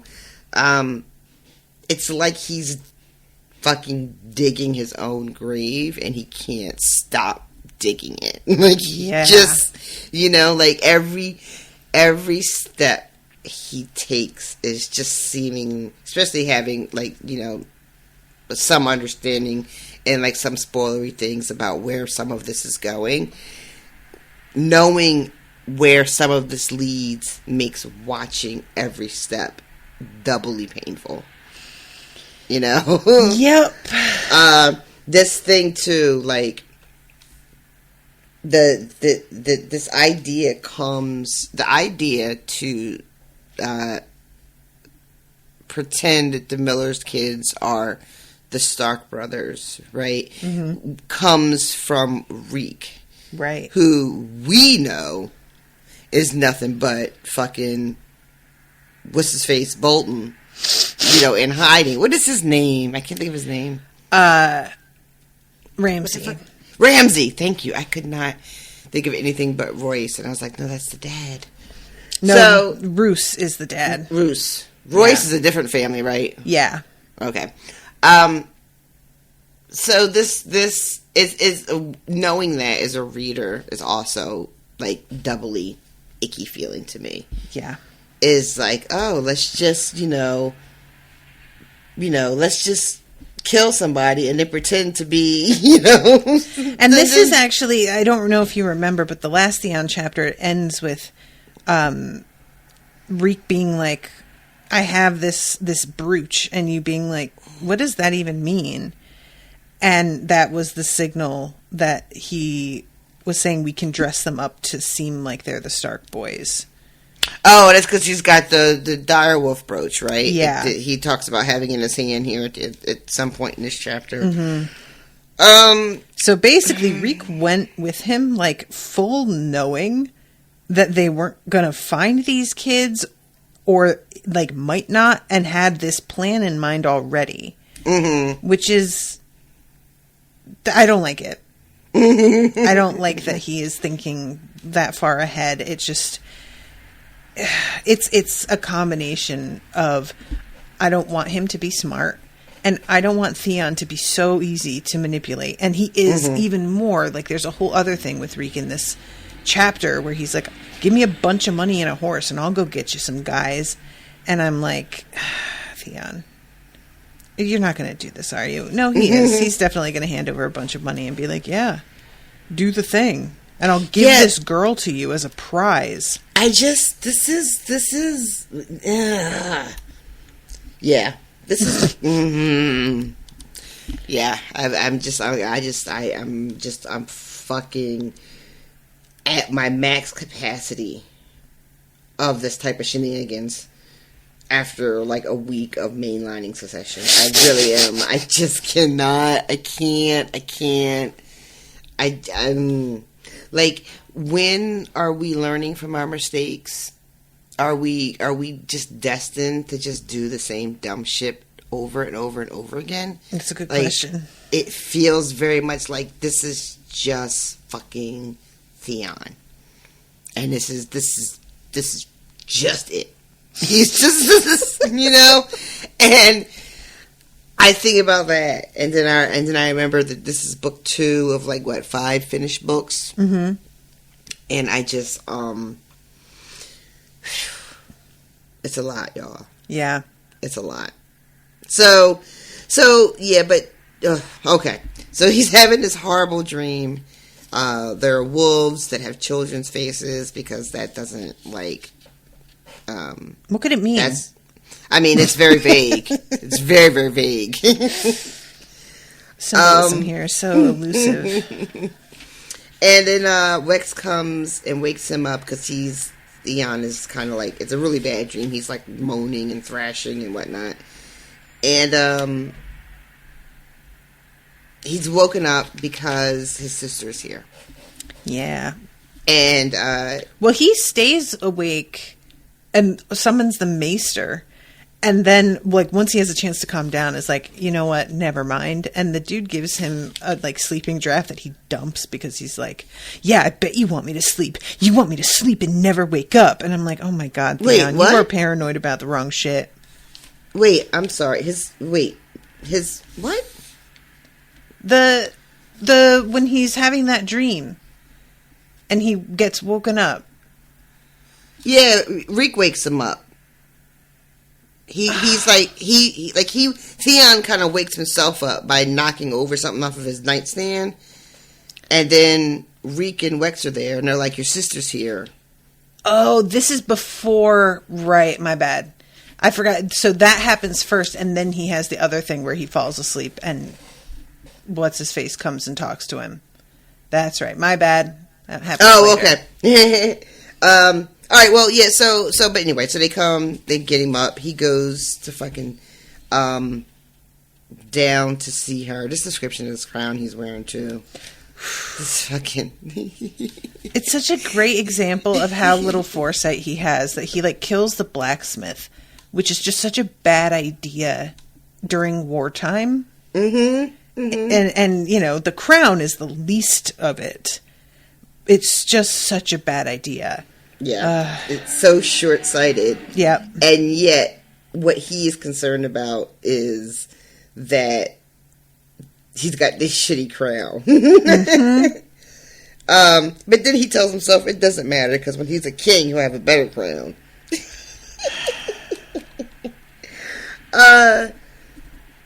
Oh my god. And the thing is, like, it doesn't matter. But not for that reason. He's doing the same thing that Cersei does. Coming to the right conclusion for the wrong reasons. Yeah, it's just different characters' ability to see clearly and make like the right the appropriate moves or the moves that set them up for the most success. Yeah. And then there are other people who just cannot see the whole board, no matter what. No matter how hard they try. Yeah. You know? Yeah. And Theon is just one of those people who just can't seem to see the whole board. That's a good way to say that. Focused on, like, the small shit, the shit that's, like, right in front of him. Either he's hyper-focused on the shit that's right in front of him, or he's hyper-distracted by these really grandiose ideas of himself, you know? Yeah. But either way, he's not seeing what's important. You know, either it's like minutia or it's fucking way in the clouds, you know? But, so, his sister is eating in his great hall, sitting in the big chair, like a boss. She's such a I just love her so much. Later on, towards the end, where he's like, "Fuck, I should have made her come see me." I was like, "Yes, you big dummy." He keeps letting himself be humiliated in public, and it's just my God, really embarrassing. Why would you keep doing that? Like, I just, you guys, I don't understand it. I don't understand it. Like, so you, I don't understand it. I really think that he believes every time he enters into a conversation with her that it was a fluke that she pwned me last time, but this time I got her. He just doesn't get that she's literally better at this than you. That's all it is. Facts. Doesn't see it. Because the ego, you know, she can't be better than me for a number of reasons. You know, anything from she's a girl to just his own belief that that's just how fucking special he is. You know, he's got this really interesting mix of, like, thinking really highly of himself and also, like, a certain amount of, like, self-loathing. It's a heady mix. I love when he fucking walks into the hall, like, nobody even notices. Oh my God.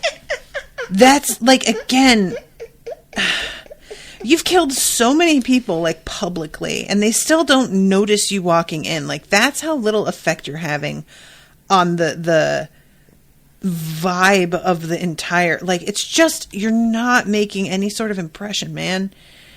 And her first words to him are basically like, so was it the crippled kid or the literal infant that was the biggest, like, difficulty for you to kill? And I had forgotten that's how she opens it up, and that is brutal. It's so good. It's so fucking good. Oh, he's just fucking, you know, they had it coming. I treated them so well, you know.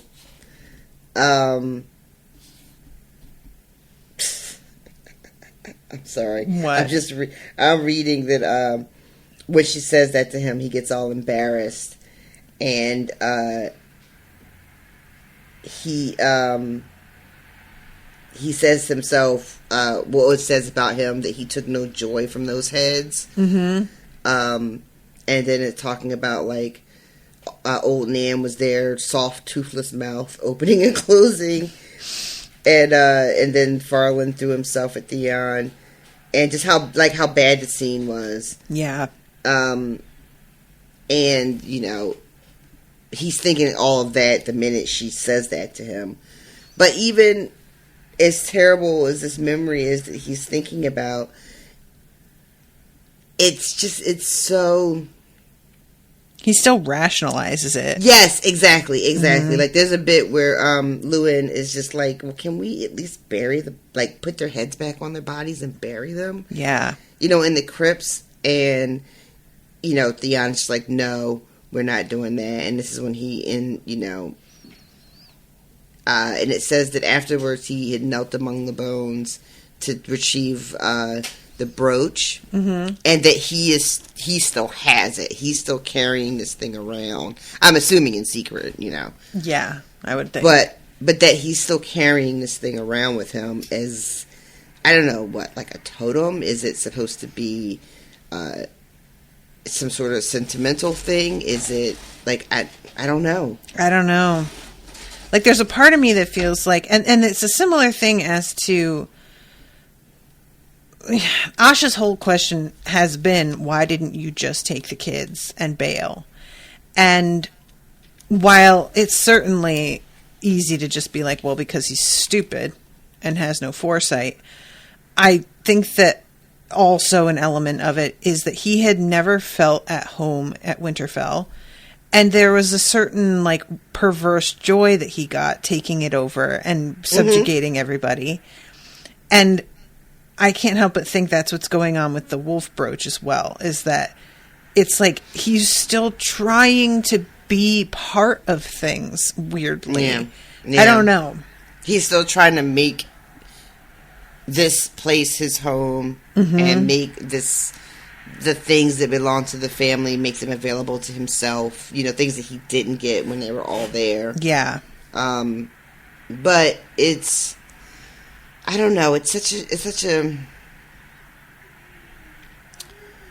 because we had talked before about his relationship with this family, and even when in the Catelyn chapter, she has a bit where I think she's talking to Brienne, or maybe when she's just talking out loud to her father, but she says something about how Theon, had ate at her table from the age of 10 years old. Like, how could he, do such a thing? And you and I talked about being raised with a family, but not quite being part of the family, and what that might do to a person, And the best I can tell is Theon was treated, pretty well, all things considered. He was given an education. He was taught to, like, hunt and fight and all the things like that. And he wasn't abused as far as we know. But he wasn't... I almost want to say he didn't have any real power. But, like, because he wasn't a Stark. Not that the kids had necessarily power, but you know what I mean? Like, yeah. He was living among them, taking classes with them, riding with Robb and hunting and all that shit, but he wasn't one of them. He was always kind of on the outside. Like Jon Snow kind of is always on the outside, Yeah. And this need for Theon to kind of, like, try to go back and fix all the things he thought was unfair during his time there. Yeah. But all the people that were unfair to, well, the small people are still there, but the big names, none of them are there anymore. Yeah. So, like, who were you doing this, for? Ned Stark's not there to see you sitting in the big chair. You know what I mean? Like, I don't know. It's just... he's telling himself he's doing it for his father. At one point, he even tries to suggest that he, like, is avenging his brother's deaths. Oh, he liked that too. When he said that in real time, he was like, "Oh yeah, that's good. That's very good. Let's remember that one." My father would like that. Meanwhile, Asha is just like, "Yeah, sure." Not fooled at all. Yeah. Did you bring their ghost from Pike? So he's really, because she has said to him, because he's mad. She shows up with like 20 or 30 guys, and he's, how am I supposed to hold Winterfell with only 30 guys? She's like, 30? You get 10 tops. I can't imagine, like, for these dudes, what a bum deal it is to wind up having to stay with Theon after riding with Asha. That's some fucking pulling the shortest straw, whatever kind of deal. Or anybody who pissed her off, somebody who, like, fucked up. She's like, your punishment is... That's punishment? Yep. You gotta go ride with my brother now. I mean, that is some really serious punishment, actually. You fucking let Theon be in charge of you. He's gonna make a bunch of bad decisions and get you all killed. It's like having a bad manager and just having to sit there and watch them make these choices. It really is. She tells him to fucking burn this shit to the ground and leave it while you still have a chance. Just walk away. Mm-hmm. And it's some pretty good advice. And come back with me. Mm-hmm. But he can't do that. He can't go back with his sister and have her, come back empty-handed is kind of what he would be doing at this point. Mm-hmm. And he can't allow that. Yeah, empty-handed, even less because he's like lost so many dudes doing this, wasted a bunch of time, and they will have made like such enemies due to this now. Yeah, that's one of the other things she tells him is like you fucking made so many more enemies than we already had. For what? Like, what was it worth? Mm-hmm. And she's just like. She's so disgusted, too. Also, she's disgusted that he killed children, I think. Yeah. Like, that is even worse. Because I guess there's no honor in killing children. I imagine Ironborn would not... I mean, they seem like... I know that they go raping and robbing and shit, so I don't know if they really necessarily have, like, a value system, like children are off limits. It doesn't seem like they would. It's also, like, what counts as children to them? Because we've got, like, Robb being called a grown man at the age of 16, and Bran is like, I'm nearly grown at 7. Yeah, that's true. But she, at least, seems to be really disgusted that it's children. And which she just yells back, they defied me, which is just like such a bitch thing. Oh, I swear to God. They defied me, honestly. Oh my God. Come on, man. So, yeah, then we get into she leaves, I think, and then we get into like the fucking bleakness of this part of the chapter. I didn't understand the first word, and then when you got to reekness, I was like, weakness? Weakness? Got it. Reekness. Yeah. Oh, I should mention, too, how mad Theon is that his sister knows more about what's going on than he does. And it's like, well, of course she does. She's out there making moves. Right. Like, why would you think you would know this shit? You're not in contact with anybody in any significant... Because nobody wants to talk to you. Like, this is what happens, man. Ugh. He's so annoying. He really is. So, yeah, anyway, this is when Reek is like, hey, give me some money, man, and I'll be able to rustle up some dudes. And I like, he's like, it's not right for her to talk to you like that and leave you like that. Which is what you want to open with if you want Theon to, like, listen to you, right? You slide up with, that wasn't cool, man. The way she just yelled at you like that and then just left you hanging. So disrespectful. That shit is... This is like watching the Roy children get played. Yeah, it's really hard to read. That shit's hard to watch. This is hard to read. Yep. And he gives Reek the money and the horse, and he does think to himself, like, I'll probably never even see him again. But there's just nothing else to be done other than to, like, chase after his sister with his tail between his legs, and he can't do it. So this is the part where he has the nightmare of all of the people who have died, both because he killed them, but also just like Lyanna is here, and he didn't have anything to do with her death. Yeah, it's just a fucking a ball, a dead man's ball. It's just fucking everybody that he's ever heard of that might be dead now just shows up to this shit. And this is when Luwin gives him a sleeping draft, and he just dumps it. And he wants me to sleep, yes, to sleep and never wake. And it's just so funny to me because he's so paranoid, but like in the complete wrong directions. Oh my God. Right? Yeah, like he's worried about the sleeping draught, but he just gave Reek a bunch of money to like ride out. Really thinks that guy's on his side. Like, yeah, he sends for the girl and then like fucking kicks her out. Yeah. When he's done with her. And it's like not good for her at all. This is not a, pleasant experience for her. Yeah. Yeah, she's like crying and covered in bruises and bite marks by the time he kicks her out. Yeah. He goes down to the fucking Weirwoods and is just looking at everything, and he's just feeling the thing he says to Ned Stark's tree, and then he says Stark's wood, Stark's castle, Stark's sword, Stark's gods. This is their place, not mine. Mm-hmm. I should have gone with Asha. And yes, you should have. Still time, bruh. I don't know, is there? Yeah, and he's looking at this and thinking, it ends with, once Reek had flayed the skin from their faces and dipped their heads in tar, it was easy to see familiar features in those misshapen lumps of rotting flesh. People were such fools. If we'd said they were ram's heads, they would have seen horns. Yeah. And I'm like, sir, you don't get to go around talking about how other people are fools, okay? I'm sorry. That is a right that has been denied you.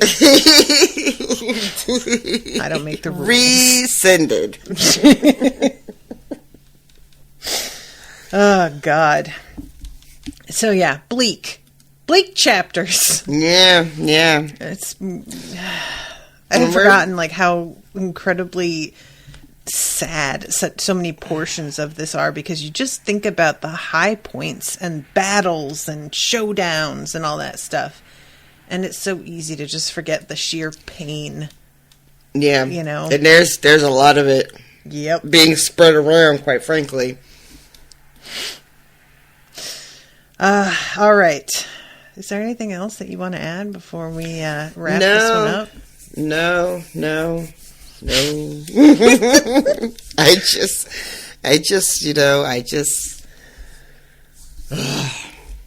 just want people to start just trying a little bit to be better. Maybe I shouldn't have had you start watching Succession. I feel like I was fighting an uphill battle. Once you started watching, I knew my days were numbered. I was holding out pretty strong against quite a tide, but once you were on, I was like, all right, well, that's just a matter of time. Yeah. I didn't think I was even going to like it enough to bother trying to convince you to watch it. It was like, once I was like a season and a half in, I was like, oh, shit, I need her to see this. Yeah, it's just like, I still don't, like, I was talking about it, and somebody referred to it as like a hate watch, and I meant to comment back that it's not a hate watch. I just hate these people. Yeah, very different. But it's a very different thing. I mean, the show itself is very compelling. It's really well acted. Oh, the acting's amazing. But and I was trying to talk. Jamie started watching it now too, and I was just like, it's not that I love it, but I can't stop watching it. Mm-hmm. Like, I'm just like, I'm in a lot of places about the show, But yeah, watch it if you're not watching. You've been saying how it's so frustrating to watch people make the same mistakes over again. Did you just watch the one with the donuts? Yeah. I saw that one earlier today. Okay. I stopped at Kendall's birthday party. I got like 20 minutes into Kendall's birthday party. Like they just walked through the giant vagina tunnel to get to the party. Yep.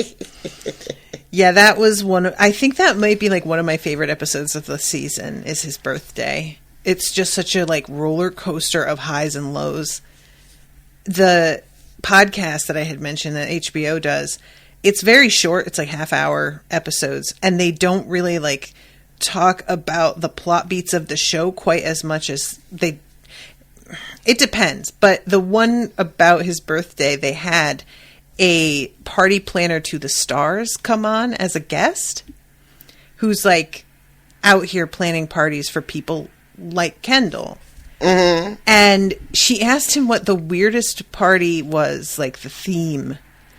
And he said that it was in Switzerland and it was post-apocalyptic ski lodge. So they wanted a wall, floor-to-ceiling taxidermied heads of animals, but with lasers coming out of their eyes. So, you know what? Too much money.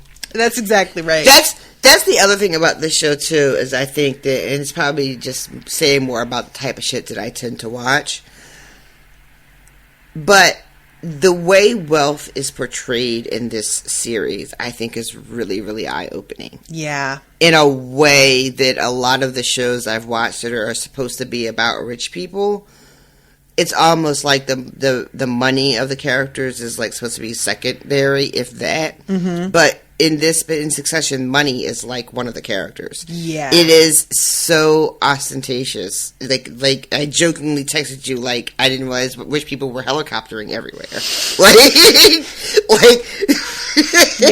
Yep. But no, they don't just sit in traffic. No. No, they run through the streets screaming because they're about to be late for the board meeting.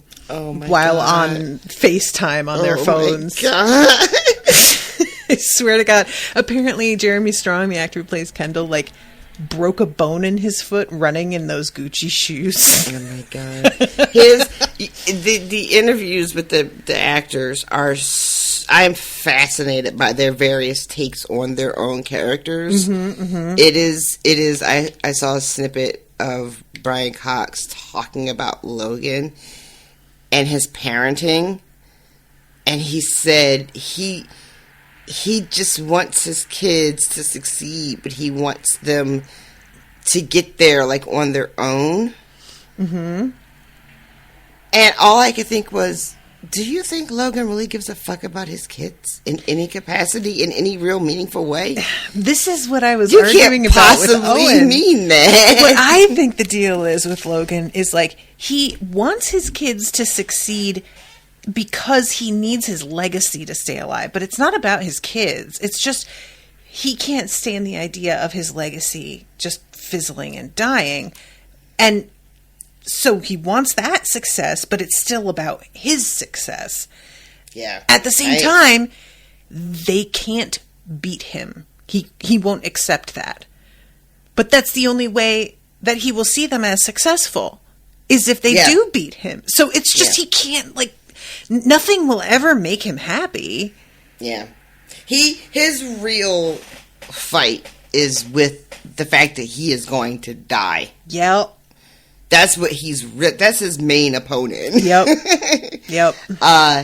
And he looks at his kids and resents that they will be alive when he is dead. And he hates that. Yeah, that's it. Yeah. But honestly, who doesn't resent people who are going to be alive after you're dead? Whomst amongst us does not feel this. I mean, that's exactly why I didn't have children. Fuck that. Right? I'm not having kids so y'all can outlive me. What, you're going to just keep making chocolate chip cookies and I'm in the ground? Anyway, how come everything I mention about life goes back to food eventually? Just never fails. It makes me sad that people stopped listening 10 minutes ago and missed all of this. I am so sorry if you're listening to this and you have not seen Succession. I really do apologize, because that was a straight up 10 minutes talking about Succession and only Succession.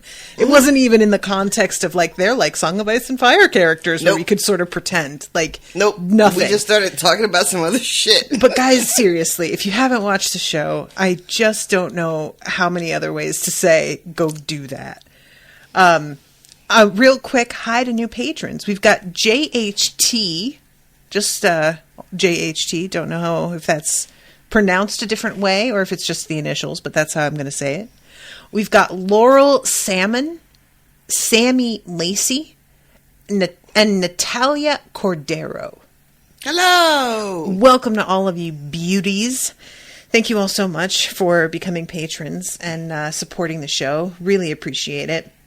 Had another drop in pledges over the new year, which it's gonna happen. But yeah, I just really appreciate all you new folks turning up. And if you would like to support the show, you can go to patreon.com/unspoiled and choose a variety of tiers to support us at. And the $20 tier, there's a twice a month show called Unsober, which is live on Crowdcast that Rashawn and I do together. And it's always a different topic. This coming one, which will be January 8th, is going to be about the Golden Girls. And then the one after that, I'm actually going to make open to everybody. It'll be on the 22nd of January, 2022. So 22. 1, 22, 22. And that topic is going to be Unspoiled's 10-year anniversary. Oh, my goodness. It will be officially 10 years on the 21st. So it'll be the day after the anniversary. Wow. Wow, wow, wow. 10 years, kids. It is. I had this thing, Rashawn, and I'll bring this up once we actually do the episode, but I went on Blogger because I was like, you know what? I'm sick of going on Facebook to write. I'm going to go on Blogger, and it'll just be my thoughts and whatnot. And that way I don't get sucked into a timeline full of depressing shit. And I went to Blogger and logged in, and it still has my blog from the first episodes of the show ever. Oh, fun. It's not visible to anybody. I archived it in such a way that I can't make it visible to anybody else. But it's really something to go back and look at how incredibly basic it all was and how bare bones it was. And it's just really, it was a trip. I didn't time that. It just happened to be something I stumbled across so close to the 10 years. And I was just like, wow, I forgot about this. So anyway, patreon.com/unspoiled. And I just started for Spoil Me coverage, Full Metal Alchemist Brotherhood. I covered the first episode on the 4th. There's going to be an episode every Tuesday, Friday, other than days that I take vacations and things. And I also started the 10th book in the Cradle series, Reaper, which Will White reposted my post that I was covering it and then messaged me and said he was going to listen. Which I am extremely worried about now. I've had authors listen before, but I'm a fan. Officially a fan of his, and I am extremely nervous now. Oh, boy. This is how it starts, y'all. Getting on the ground floor. Guys, That's very exciting. So, yeah, that's happening. So, Cradle, Full Metal Alchemist Brotherhood, and coming up in a couple months, I will finally be starting season 3 of Sex Education, which is a great show. I definitely think people should watch that. Oh, yeah, I heard really good things about that. I haven't seen it yet. It's really good. It's not perfect. There's certainly things where I'm like, what are you doing? But mostly, they are astonishingly good at handling delicate subjects and subject matter that I haven't seen dealt with on television at all. So, it's very well done. All right. Well, that's everything. Thank you guys again so much for listening. Hope you guys are enjoying our coverage despite the Succession talk. Succession. And we until next time. Distracted by the things we love. Toodaloo, motherfuckers. Bye, guys. Joffrey, Cersei, Walder Frey, Meryn Trant, Tywin Lannister.